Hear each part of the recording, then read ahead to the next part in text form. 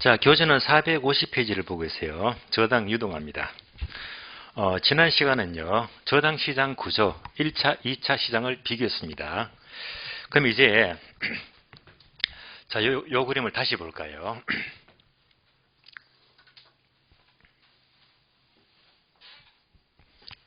결국 저당 유동화는요, 돈이 계속 돌고 돌아갑니다. 무한히 돈이 돌아갑니다. 만약 어느 한쪽이 막혀버리면 이때는 곤란하겠죠. 계속 이렇게 순환만 된다면 자금은 무한정 공급이 되는 거예요. 그래서 이렇게 자, 유동화 제도가 이루어지기 위한 전제 조건이 있습니다. 전제 조건. 지금 전제 조건을 보는 거예요. 유동화의 전제 조건입니다. 전제 조건은 별도로 책을 보시면 돼요. 책을 보게 되면 450페이지 있죠. 450페이지. 자, 위로 올라가니까 중간에 동그라미 2번 유동화의 전제 조건 찾았죠. 박스 하나 있죠. 박스. 이 박스만 집중하시면 돼요. 자, 박스 보게 되면 굵은 단어가 3개 나오잖아. 자, 저당 수익률, 대출 이자율. 두 번째 네모, 기대 수익률. 세 번째 요구 수익률. 요거를 설명드리겠습니다. 다시 이제 칠판 봅니다. 요까지가 몇 차 시장? 1차 저당 시장이죠. 이 말은 뭐냐? 은행이 돈 빌려주고 자, 원리금, 이자 받죠. 이자. 예. 요때 받게 되는 이자를 가리켜서 1차 시장 금리라고 불러요. 1차 시장 금리.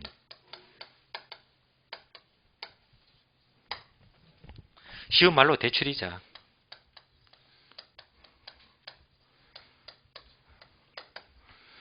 우리 시험은 1차 시장 금리라는 단어가 출제가 돼요. 대출이자 이런 말은 잘 안 나와요. 다시 이제 얘는 뭐지? 이렇게 왔다 갔다 하니까 바로 2차 저당 시장이죠. 얘도 결국 이자가 목적이라고 했잖아요. 이자가. 그러니까 이제 얘가 뭐가 되지? 바로 2차 시장 금리가 돼요.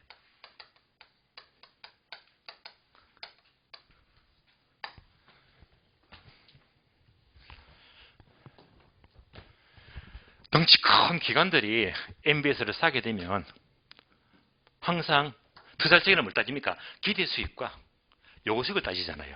그래서 이제 얘가 바로 MB에서 기대 수익률입니다. 같은 말로 MB에서 기대 수익률이다.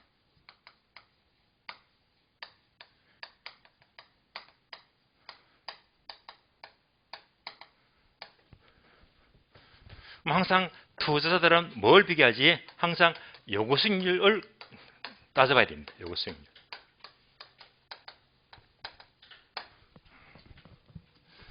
예를 들어서 덩치 큰 기관들이 다시 말하면 주식을 투자할 수도 있고 주식을.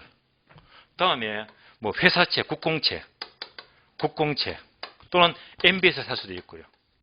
그런데 국공채 이자가 2%인데 얘가 3%다. 그럼 당연히 얘를 사겠네요. 이런 관계를 따져봐야 됩니다. 자, 이렇게 했을 때 이 부호는요. 1차 시장 금리가 가장 높아야 되고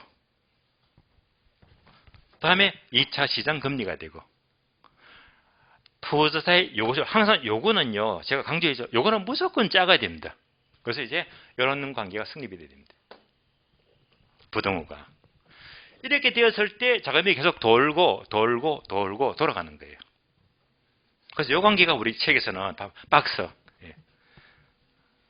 네모 3개를 보았고요. 그런데 자, 우리는 시험이 강해야 돼. 시험은 어떻게 묻지? 시험은 이거를 한꺼번에 묻는 경우보다는 또 구분해서 물어요. 구분해서. 이렇게.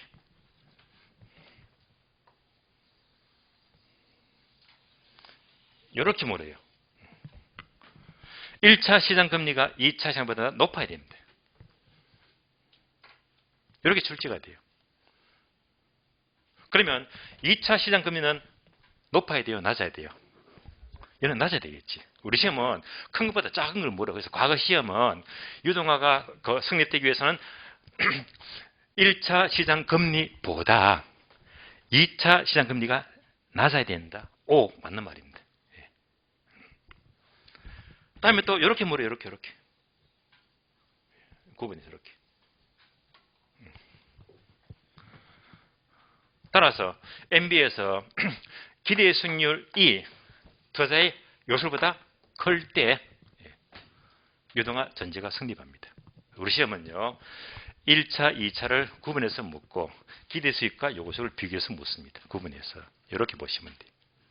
이럴 때 계속 자금은 막히지 않고 돌고 돌아가는 겁니다.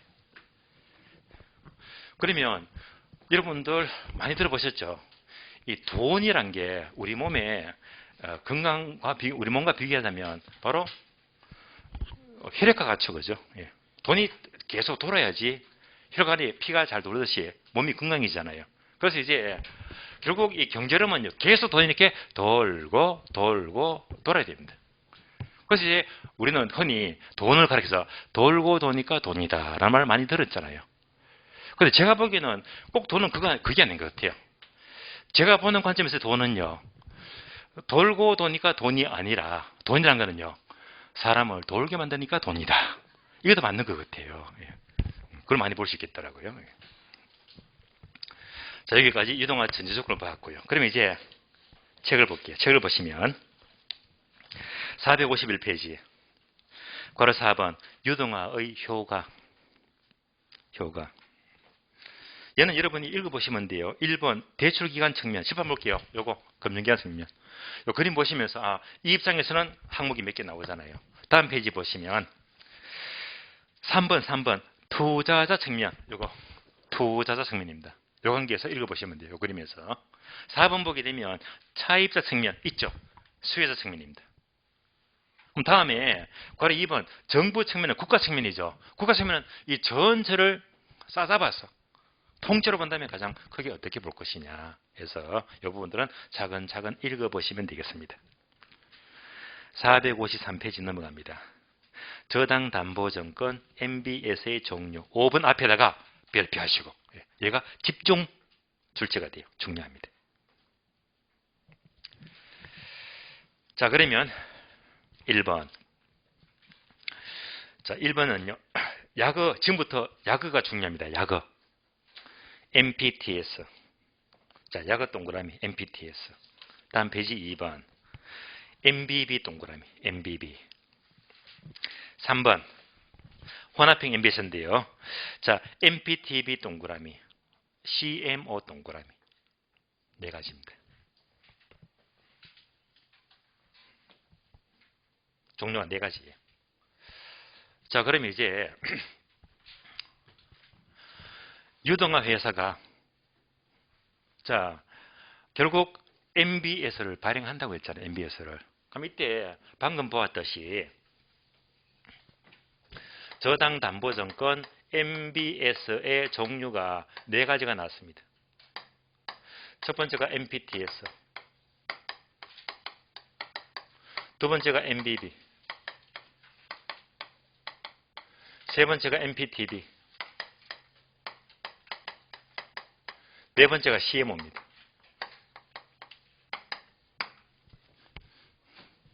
자, 강의노트 보게 되면 이렇게 종류가 네 가지 나와요. 네 가지.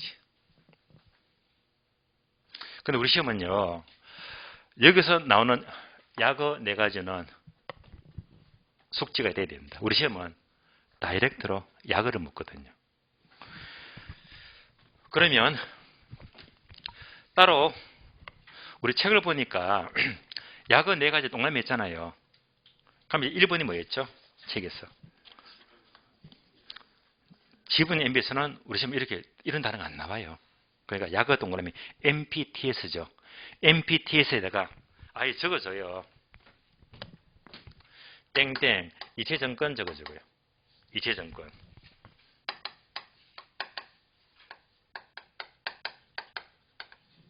이체증권.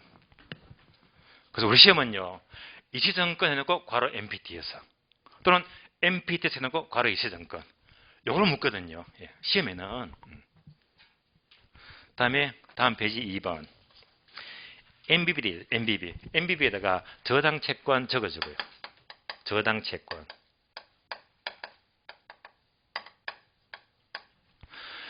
원래 얘는 MBB는 주택 저당 채권 담보부 채권입니다. 주택 저당 채권 담보부 채권입니다.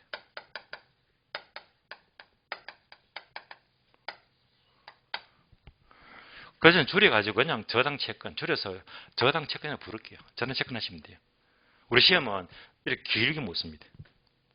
그래놓고 이제 가로 MBB 아니면 다이렉트로 MBB라고도 묻고 이렇게 단어를 괄호 처리하는 거예요. 우리 지금 뭐로 이렇게 표현하는 거예요. 다음에 MPTV는 학자들마다 용어들이 많아. 여러 개 있습니다. 여러 개 있어요.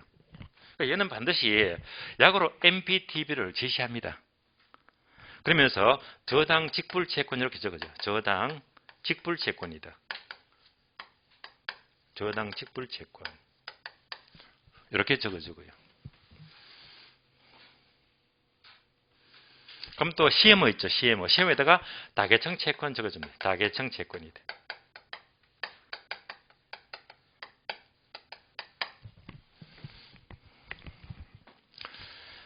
그래서 항상 우리 시험 지문은 오지선다 중에서 항상 필히 약어를 넣어서 묻기 때문에 설령 단어 뜻이 조금 해석이 다른다 하시더라도 용어들이 난립하니까 항상 우리 시험은요 약어를 반드시 제시합니다. 이렇게. 그러면 어차피 이런 단어가 생소하니까요. 이거는 얘는요 굳이 오늘 억지로 암기하려고 하지 마세요. 자꾸 이제 지금부터 보게 되면 그냥 눈에 익어져요. 익어지니까. 그럼 지금부터 한번 반복하고요. 설명드리겠습니다. 자, 제가 이제 약어 MPT 사이드 여러분들이 단어를 보시면서 한번 불러주세요. 예. 한번 읽어보는 것도 공부가 되니까. 자, MPT에서는 뭐? 이체증권. MBB는 저당 채권. MPTB는 저당 직불 채권. CMO는 다계청 채권. 자, 거꾸로 제가 단어를 부를 테니까 여러분들이 약 한번 연습하는 약어를. 자, CMO는 뭐? 다계청 채권. MPTB는 저당 직불 채권. 다음에 저당 채권은 MBB. 다음에 이체증권은 MPTS. 이렇게 반복하시면 저절로 단어가 눈에 익어요. 억지로 암기하려고 하지 마세요. 나중에 5월 되면 그냥 다 떠오릅니다. 네 가지겠어요. 그러면 이제 오늘 과정은 도대체 이 네 가지가 뭘 말하느냐. 기본 개념을 명확히 하셔야 됩니다. 기본 개념. 자, 지금부터 다시 그림 따라와야 됩니다. 그림을 잘 따라오세요.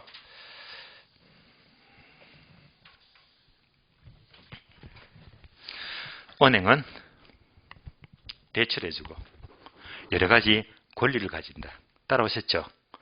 어떤 권리에 저당권을 갖게 되고 원리금 받을 수 있는 권리, 원리금을 가집니다. 그래서 지금부터 1번, 2번 계속 나와요. 그래서 아예 편하게 1번 하면 뭐죠? 저당권. 2번 하면 원리금. 그래서 이제부터 1번 저당권, 2번 원리금을 갖게 됩니다. 여기 반복이 돼요.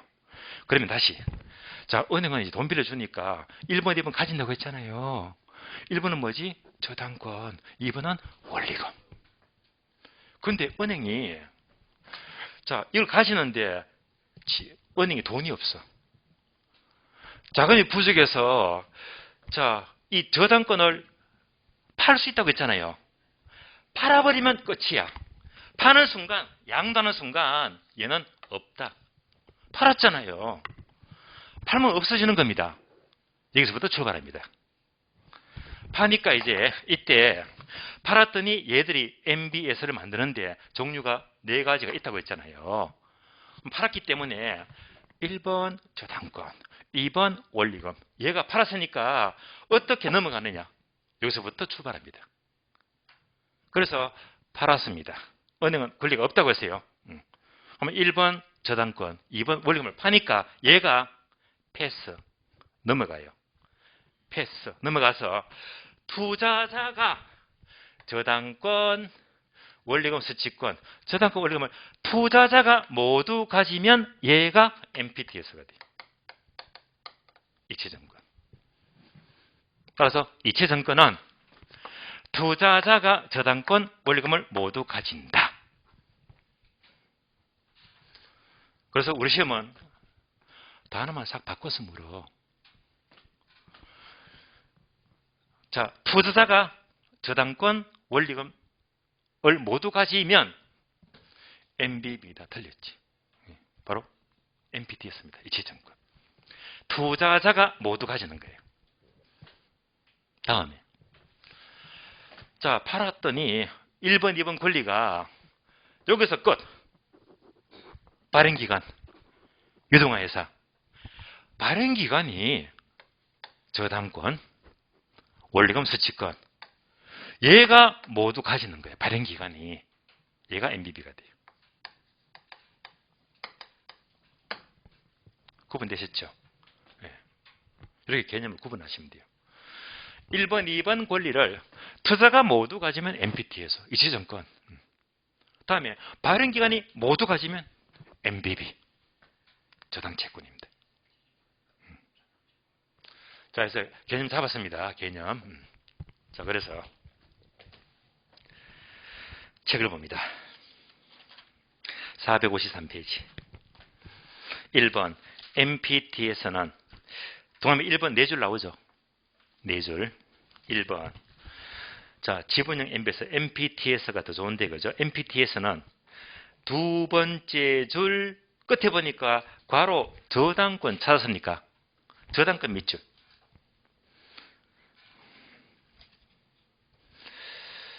다음에 한 줄 내려가서 세 번째 줄 끝에 괄호 원리금 수취권 찾았습니까? 요거 밑줄. 그러니까 저당권과 원리금 수취권을 모두 투자자에게 매각 이전하는 방식 밑줄. 보면 나왔잖아요. 저당권과 원리금 수취권을 투자자에게 모두 이전하는 방식입니다. 모두 누가? 투자자 해서 모두 투자자 동그라미. 저당권과 원리금을 모두 투자자가 모두 가지면 MPT에서가 돼요. 다음 페이지. 2번요. MBB는 뭐라고 했죠? 누가? 발행기관이. 자, 그래서 1번 보게 되면 채권형 MB에서 즉 MBB는 저쪽 끝에 보시면 괄호 저당권 밑줄. 저당권. 두 번째 줄 끝에 보시면 괄호 원리금 수취권 밑줄. 을 발행기관이 가진다 밑줄. 발행기관 동그라미. 발행기관. 그래서 저당권과 원리금을 발행기관이 모두 가지면 MBB가 돼요. 자, 그래서 이제 이 두 가지는요, 강의 노트 보게 되면 단어가 표시되어 있죠. 그래서 1번, 2번을 모두 투자자가 모두 가지면 MPT에서. 다음에 1번, 2번을 모두 발행기관이 모두 가지면 MBB다. 설명 끝났습니다. 자, 다음에 교재 보시면 좀 더 복잡한 내용들은요, 3월달 과정에서 또 제가 업식해서 설명을 더 드릴 겁니다. 추가로. 지금은 개념을 확실히 알아야 됩니다. 455페이지 3번 혼합형은요, MPTB와 CMO가 있어요. 자, 얘는요, 지금 방금 설명드린 것은 요거 두 개 묶어서 투자자가 모두 가지면 MPT에서 발행기관이 모두 가지면 MBB다 해서 요 두 개 설명드렸고, 이제 요 두 가지가 혼합형 MBS죠. 혼합형. 그래서 요 두 가지도 묶어 설명드릴게요. MPTB와 CMO인데요. MPTB 다음에 CMO다. 얘는요, 같이 성격이 같거든요. 같이 보시면 돼요. MPTB 저당 직불 채권이나 CMO 다계층 채권은요, 다시 1번과 2번입니다. 1번은 뭐죠? 저당권. 2번은요, 원리금. 자, 얘를요, 저당권은 발행기관이 가져갑니다. 저당권은 발행기관이. 원리금은요, 투자자가 가져갑니다. 따라서 둘 다 똑같이 저당권은 발행기관이, 원리금 수취권은 투자자가 갖는 형태를 말해요. 결국 얘는요, 양다리 모두 걸치고 있잖아. 양다리 걸치고 있어요. 그러니까 양다리 걸치고 있으니까 혼합형입니다. 바로 혼합형 MBS다.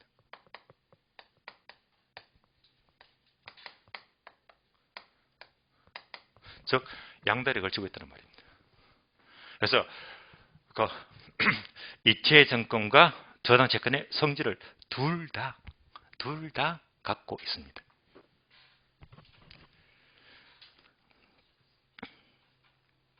그러면 이 과정을요, 일단 체크합니다. 455페이지. 그래서 3번 MPTV와 CM인데요. 자, 두 번째 줄 보시면 주택 저당 채권 집합물에 대한 소유권 괄호 저당권 밑줄 괄호 저당권 밑줄. 저당권은 자, 발행기관이 가지면서 발행기관 동그라미. 저당권은 발행기관이 가진다고 했잖아요. 계속해서 현금 흐름에 대한 지분권 괄호 원리금 수취권 괄호 원리금 수취권 밑줄. 원리금 수취권은 네 번째 줄 투자자에게 이전된 행태이다. 투자자 동그라미. 나왔죠? 저당권은 발행기관, 원리금은 투자자. 나왔잖아요. 저당권은 발행기관, 원리금은 투자가 갖는 형태가 두 가지의 공통점입니다.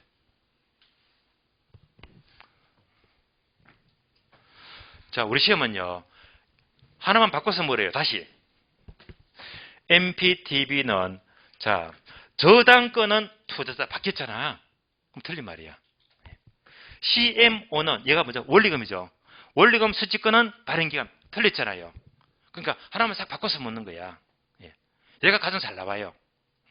그래서 하나 바뀐 단어만 찾으시면 답은 쉽게 나옵니다. 그래서 실제로 우리 시험은요. 자, 요 개념이죠, 개념. 개념이 가장 지문이 많이 나온다고 보시면 돼요.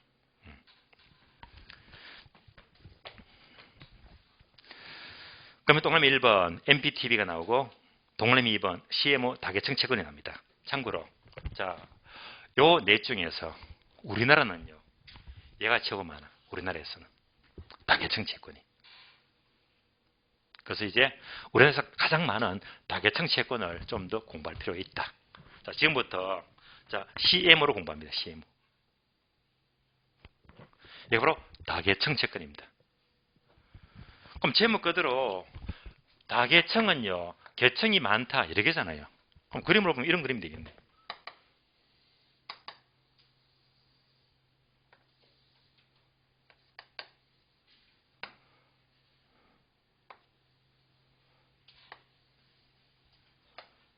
자, 계층이 한 개가 아니고 네 계층이죠. 얘가 다계층입니다.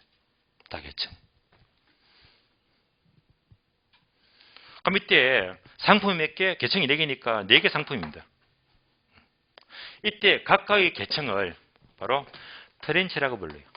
트렌치. 그래서 첫 번째 트렌치가 알파벳 순서대로 A 트렌치. 두 번째는 B 트렌치. 세 번째가 C 트렌치. 마지막 트렌치는 D 하시면 안 되고 마지막 트렌치는요. 알파벳 끝자 Z. 그래서 G 트렌치. G 트렌치입니다. 그래서 마지막 트렌치는 G 트렌치라고 불러요. 그럼 이제 얘가 바로 트렌치가 여러 개잖아. 다계층. 그런 상품이 있어요.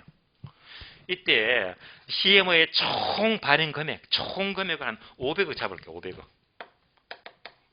500억 잡자. 그럼 이 상품의 금액이 이제 세분됩니다.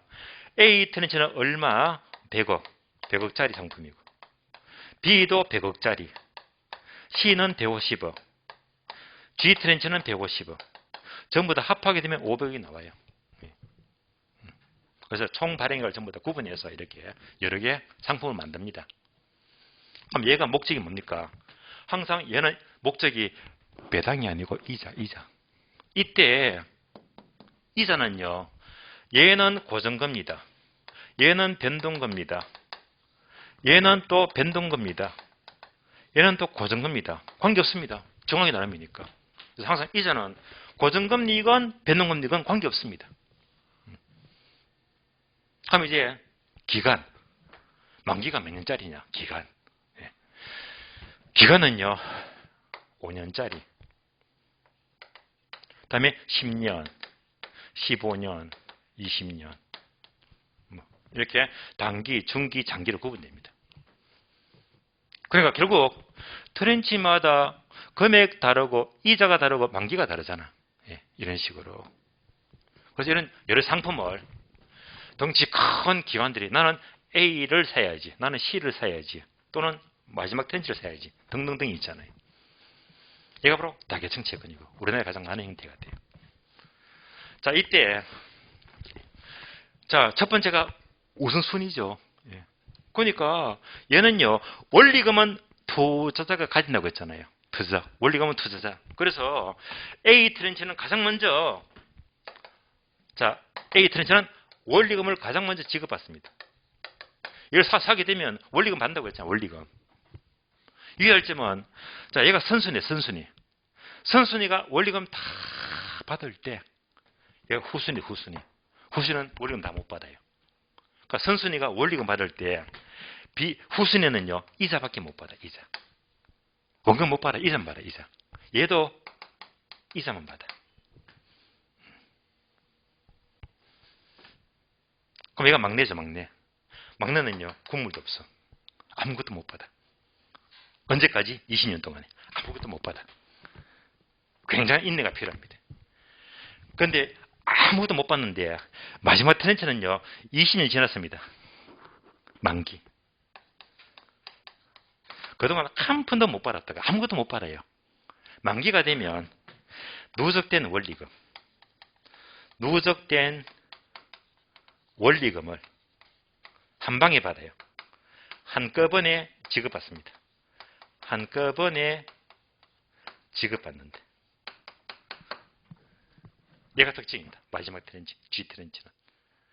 이때 아무것도 못 받고 기다려야 되기 때문에 이때는 이자가 굉장히 높아요. 이자가 되게 높아요. 이런 형태를 CMO다, 다계층 채권 이렇게 불러요. 그러니까 각 트렌치마다 금액 다르고 이자가 다르고 기간도 달라지고, 그래서 이런 내용들이 바로 우리 책에는 455페이지입니다. 455페이지 보시면 동그라미 2번 CMO 다계층 채권은 항목이 많죠. 자, 쭉 내려가서 동그라미 미연번 보게 되면 CMO는 원금 지급 순서에 따라서 4개, 5개 정도의 트렌치로 구분되는데 4개, 5개 정도의 트렌치. 이때 서로 고정금리건 변동금리건 다른 이자를 적용합니다.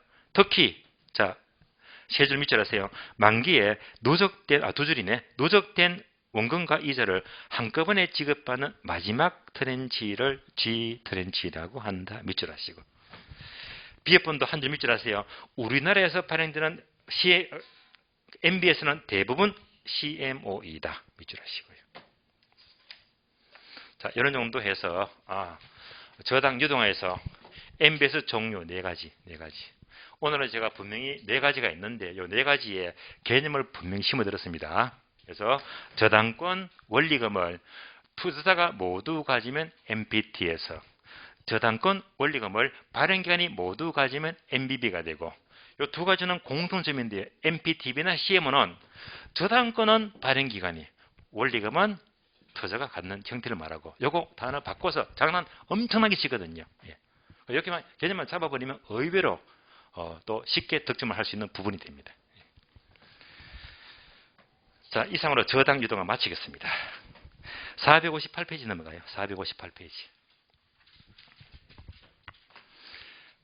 네모 2번 한국주택금융공사, 한주금이죠. 한국주택금융공사 대표적인 유동화였습니다. 자, 한주금은요, 제가 오늘 숙제를 내드릴게요. 얘도 주로 이제 이해보다 좀 딱딱해요. 얘는요, 주로 이제 암기할 게 많습니다. 암기는요, 굳이 1월달, 2월달 서둘러 암기할 필요가 없어요.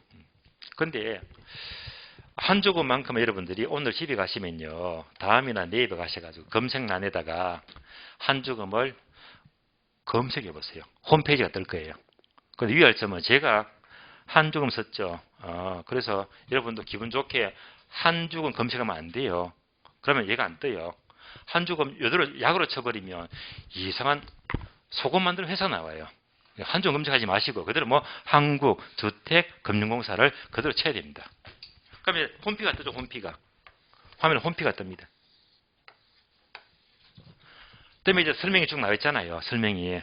예, 나와 있는데 이때 이 한조금의 역할이 뭐냐? 역할이. 바로 우리 최근 가로 2번 보시면 역할. 1번 보금자리론 밑줄. 2번 주택 보정에 대한 공급을 한다. 모든 대부분 주택에 보정을 써요. 주택 보정 밑줄 하시고. 3번 한조금에서 주택연금 밑줄. 주택연금을 공급하고요. 4번 밑줄 한조금에서 MBS나 MBB를 발행합니다. 즉 저당 담보증권을 발행합니다.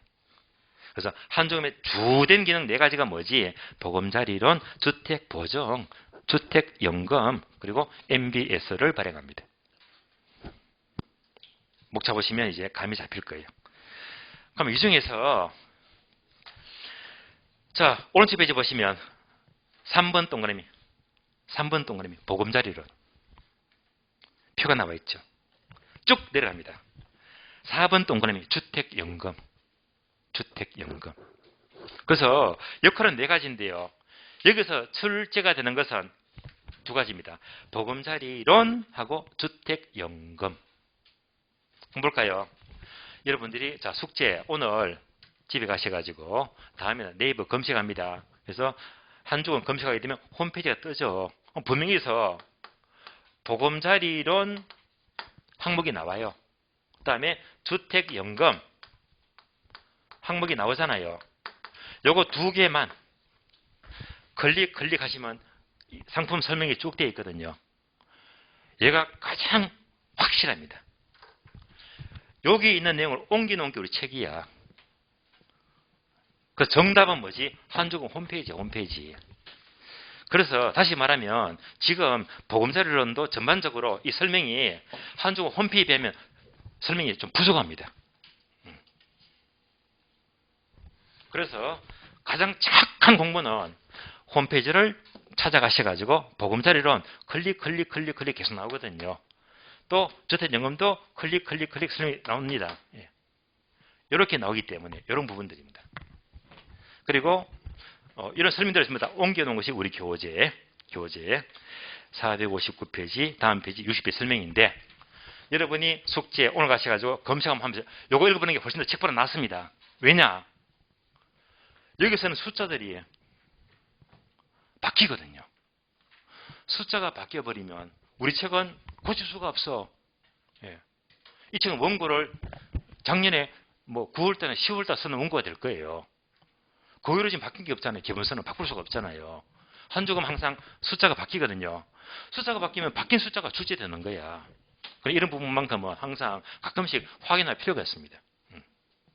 그래서 지금 책 내용이 좀 부족하니까 3월 달 되게 되면 제가 요 2가지는요 따로 한눈에 확 보도록 표를 만들어 가지고 제가 그때 설명하시면 문제가 없다는 말입니다. 461페이지 그래서 3번 한조금의 유동화 증권 3번 X 예. 안 봐도 좋아요. 보지 마세요. 시험 안 나와요. 예. 그래서 기분 좋게 넘어가시다. 다음 페이지까지 보지 말자. 패스합니다. 463페이지 제3절 부동산 자금설 형태. 여기서는요. 자, 1번 동그라미 프로젝트 파이낸싱입니다. 프로젝트 파이낸싱. 석장 넘겨서요. 469페이지. 메모 2번 부동산 투자회사 리처. 2번은요. 별표 하시고 별표. 요거 2가지를 집중하시면 돼요. 자, 리처 부동산 투자에서도 얘도요. 바로 부동산 투자사 법이 있어요. 법 조문을 옮겨 놓은 겁니다. 이것도 엄청 딱딱해요. 얘도 무조건 암기력이 오게 됩니다. 자꾸 보시면서 눈에 익게 됩니다. 아주 딱딱해요. 그래서 이 부분도 서둘러서 지금부터 볼 필요가 없습니다. 없기 때문에 따로 이제 리처 투자에서 이 부분도 제가 3월 되면 지금 우리 책은요 전반적으로 설명이 쭉 나 있잖아요. 그래서 뭐 중간에 472페이지 보니까 표가 나오죠. 표 나오는데 이런 표를 책으로 보든지 아니면 제가 더 깔끔하게 표를 만들든지 해서 그때 3월 내가 정리하면 늦지가 않습니다. 그때부터 보게 되면 전부 다 법조문 풀이해서 암기하는 거니까요. 3월달에 설명을 따로 드리겠습니다. 3월달에 보도록 하고요. 이상으로 이제 금융은 끝났습니다. 끝이 났어요. 자, 482페이지입니다. 6장.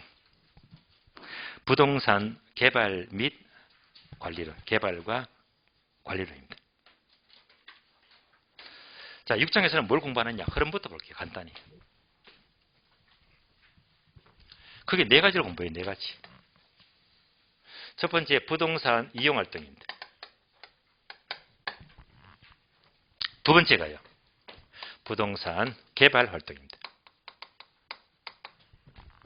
세 번째가 부동산 관리 활동입니다. 네 번째가 부동산 마케팅 활동입니다.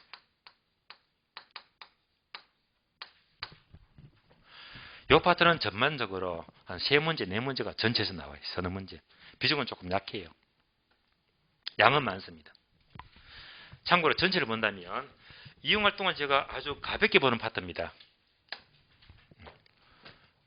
그러니까 다시 말하면 설명을 잘 안 해요. 이용활동은요. 주로 한 문제 정도 나온다고 보시되 최근에 거의 나온 적이 없어요.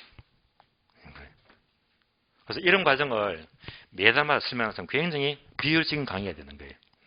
그래서 이런 파트는 최근에 거의 안 나왔기 때문에 나중에 한 7월, 8월 문제 풀면서 설명 한번 들으시면 끝나는 거예요. 얘는 두 문제는 나와. 두 문제. 개발은 공부해야 됩니다. 다음에 관리 한 문제 나와요. 일반적으로. 다음에 마케팅도 한 문제가 나옵니다. 그러니까 전반적으로 4문제점 보시면 돼요. 참고로 32회 작년시험입니다. 자, 작년시험은 개발에서 두 문제 나왔거든요. 다음에 관리 출제가 안 되었어요. 작년시험은. 뜻밖의 마케팅에서 문제가 두 문제가 나와버렸네. 그럼 이제 무슨 말이냐? 이 말은 이제 올해 시험은 여전히 얘는 일반적으로 두 문제 안팎입니다. 두 문제 보시되 관리가 나왔잖아. 원래는 이제 얘가 나올 확률이 높아요. 마케팅은 한 문제가 나오든지 안 나올 수 있단 말입니다. 어쨌든 다시 올해 시험은 개발 두 문제, 관리 한 문제 나올 거라고 봐야 되겠고 얘도 한 문제 일반적으로 보시면서 준비하시면 되겠습니다. 자, 그래서 이 파트는요. 1월달, 2월달 과정은 이거 설명 다 하면 다음 주에 진도 못 나갑니다. 감정평가를 못 나가요. 못 나가니까 지금 개발 파트가 얘를 1월달, 2월달 설명을 드릴 겁니다. 2시간 동안. 그러면 관리하고 마케팅 이 파트 있죠. 이 파트는 시험에 나오는 파트 중요한 거는 일단은 요거 중요합니다. 찍어 드릴 겁니다. 뭐 동그라미 하든지 별표 하든지. 그리고 이 파트는 3월달, 4월달. 그럼 이제 전체가 완성이 되거든요. 그래서 이번 과정은 개발 보고 3월달에 2개 나머지 보고. 그러면 3월 되면 개발은 이번에 봤으니까 일단 지나가는 거예요. 다음 과정은요. 이렇게 이제 교차해서 보도록 합니다. 자, 이렇게 보도록 했으니까 교재 보시면 482페이지가 부동산 이용활동입니다. 자, 이용활동은 최근에 거의 안 나왔거든요. 여기서는 어떻게 공부하느냐. 한마디로 용어만 개념을 잡자. 용어 정리. 목차가 많은데요. 그동안 기출문제를 분석했을 때 특히 시험에 잘 나오는 단어가 있다면 그것만 체크해 드릴게요. 한 페이지 넘어갑니다. 485페이지. 바로 5번 동그라미. 집약적 토지 이용. 집약적 이용. 얘가 아주 옛날에 과거에 10회 때, 11회 때 나온 적이 있어요. 아주 오래전에. 나왔기 때문에 용어를 알아야 되겠고. 2장 넘어갑니다. 489페이지 보시면 맨 밑에 고래 1번 도시 스프롤 현상, 고래 1번 동그라미 스프롤 현상 뜻만 아시면 돼요. 다음 페이지. 또 2장 넘어갑니다. 492페이지요. 492페이지 보시면 고로 3번 동그라미 직주분리와 직주조건입니다. 이것만 하시면 되고요. 한 장 넘어갑니다. 494페이지. 고로 5번 한계지. 고로 5번 동그라미. 단어가 4개입니다. 처음에 집약적 토지이용, 다음에 스프롤 현상, 다음에 직주분리와 직주조건, 그리고 한계지. 이 4개만 아시면 우리 시험 공부 끝. 어려운 말은 없어요. 한 번 들으면 다 아는 거예요. 자, 이 4가지만 참고로 이렇게 공부하시면 되겠고, 이제 본론 495페이지입니다. 제2절 부동산 개발 넘어갑니다. 자, 개발하게 되면 개발은 몇 문제입니까? 통상 2문제가 잘 나와요. 원래도 2문제 예상하시고. 자, 개발은 2-3문제가 잘 나오는데 부동산 개발은 왜 필요할까요? 제목에다가 화살표 적어줍니다. 부정성 적어주고요. 땅은요, 절대로 증가시킬 수가 없다고 했잖아요. 땅은 언제나 부족합니다. 그러니까 부동산 때는 공급을 늘릴 수가 없잖아요. 부동산 개발은 공급을 늘리는 거잖아요.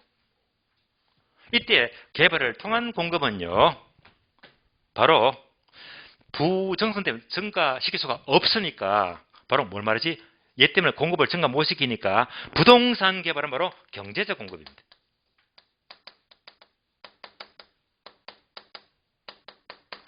부정성 때문에 물리적 공급은 증가시킬 수가 없으니까 부동산 개발을 통해서 얼마든지 용도적 공급, 경제적 공급은 늘릴 수가 있다는 취지가 됩니다.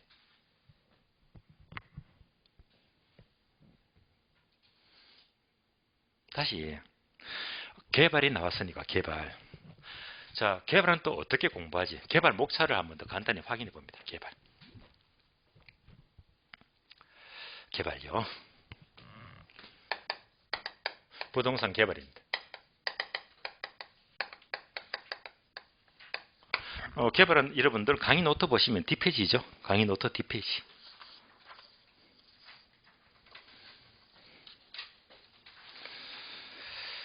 자, 1번, 2번, 3번 뒤에 있죠. 요거를 이제 칠판에 쓰는 겁니다.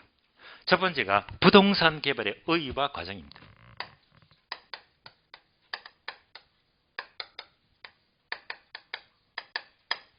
그래서 시험에 나올 것만 추려서 보시면 되고요. 두 번째는요, 대부분 책들은요, 개발의 위험과 개발의 타당성 분석입니다. 얘를 먼저 설명합니다. 대부분 책이. 다음에 세 번째가 부동산 개발의 분류 또는 유형이 되고요. 크게 2가지가 공적 개발과 사적 개발인데요. 공적 개발은 바로 택지 공영 개발이 있고요. 택지 공영 개발. 사적 개발, 민간 개발입니다. 이걸로 개발은 끝입니다. 그런데 강의 노트 보게 되면 2번과 3번이 바뀌어 있죠. 2번이 분류, 3번이 위험과 타당성 분석이잖아요. 그러니까 강의 노트는 이제 우리 책의 순서입니다. 우리 책의 순서. 그런데 대부분 책들은요, 2번이 먼저예요. 3번을 뒤에 공부하고. 우리 책은 이제 목차가 바뀌었기 때문에, 그래도 우리 책대로 수업을 해야 되기 때문에 강의 노트는 이제 2번부터 분류부터 먼저 봐야 되는 겁니다. 자, 중요한 거는요, 제가 얘를 왜 썼을까요? 개발의 목차가 요 3가지인데, 3가지. 공부를 어떻게 하느냐?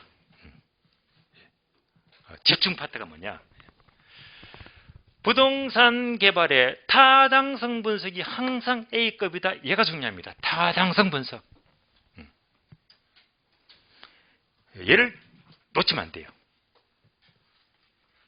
다음에 개발의 분류 중에서는 공영개발과 민간개발인데 민간개발이 너무 중요해요. 얘는 별표 2개입니다. 최우선순위입니다. 그래서 민간 개발은 절대 놓지 마시고 이 두 가지만 제대로 잡았으면 개발은 여기서 거의 다 나와. 거의.